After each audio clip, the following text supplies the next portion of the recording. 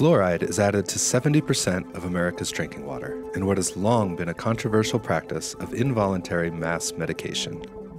The CDC lists fluoridation as one of the top 10 most important public health measures of the 20th century. But a group of nonprofit organizations is now fighting the EPA on this practice, citing a mountain of evidence that shows little benefit and massive risks.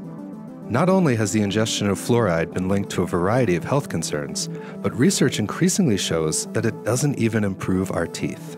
While applying fluoride directly to the tooth's enamel can in fact prevent tooth decay, it has been proven in dozens of peer-reviewed studies that swallowing the substance has no health benefit whatsoever. So why do we fluoridate our water? The origin of the practice is downright bizarre. In 1901, dentist Frederick Mackay began a 30-year study of what was known as the Colorado brown stain. Residents of Colorado Springs showed a unique disfiguration of their teeth. Brown, mottled pits appeared in this population with alarming consistency. Yet, as Mackay would soon discover, there was a beneficial trade-off for this unsightly condition. Those afflicted by the brown stain showed a complete lack of tooth decay and cavities.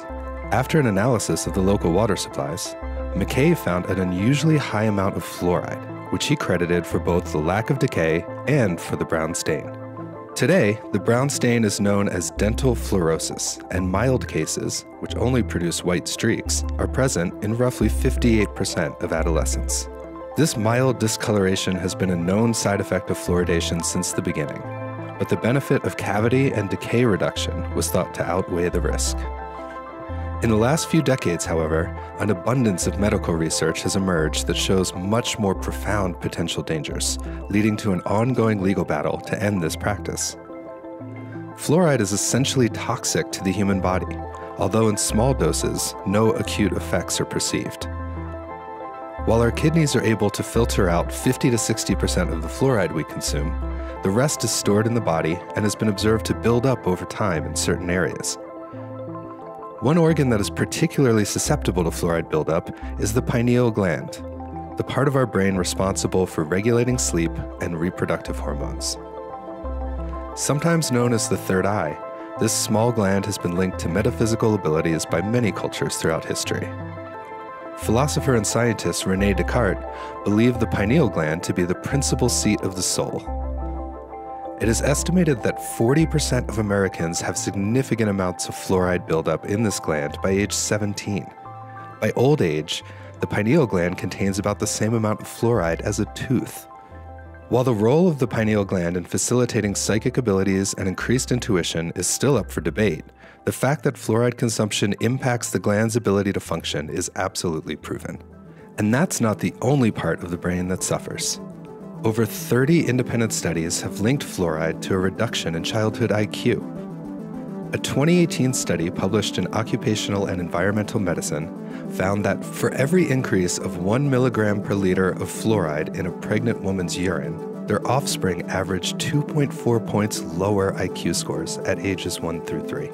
This follows a 2017 study funded by the National Institutes of Health, which shows in utero fluoride levels associated with lower IQ in 6 to 12-year-olds. Animal studies have shown other neurological effects, including impaired memory, reduced ability to learn, and even mild forms of brain damage. With potential health risks like that, you would think that the evidence of fluoride's benefits must be pretty solid. Well, think again. There is no solid proof that drinking fluoride actually improves dental health. In a 1989 study, data collected by the National Institute of Dental Research found that children who live in areas where the water supplies are fluoridated have tooth decay rates nearly identical with those who live in non-fluoridated areas. While tooth decay has declined in the US since fluoridation was introduced, countries which do not add fluoride to their water have seen the same rate of decline in tooth decay. This data from the World Health Organization implies that factors other than fluoridated water are contributing to the overall improvement of dental health worldwide. In fact, there has never been a controlled, randomized trial to demonstrate the effectiveness or safety of fluoridation, despite over 60 years of consumption in public water supplies.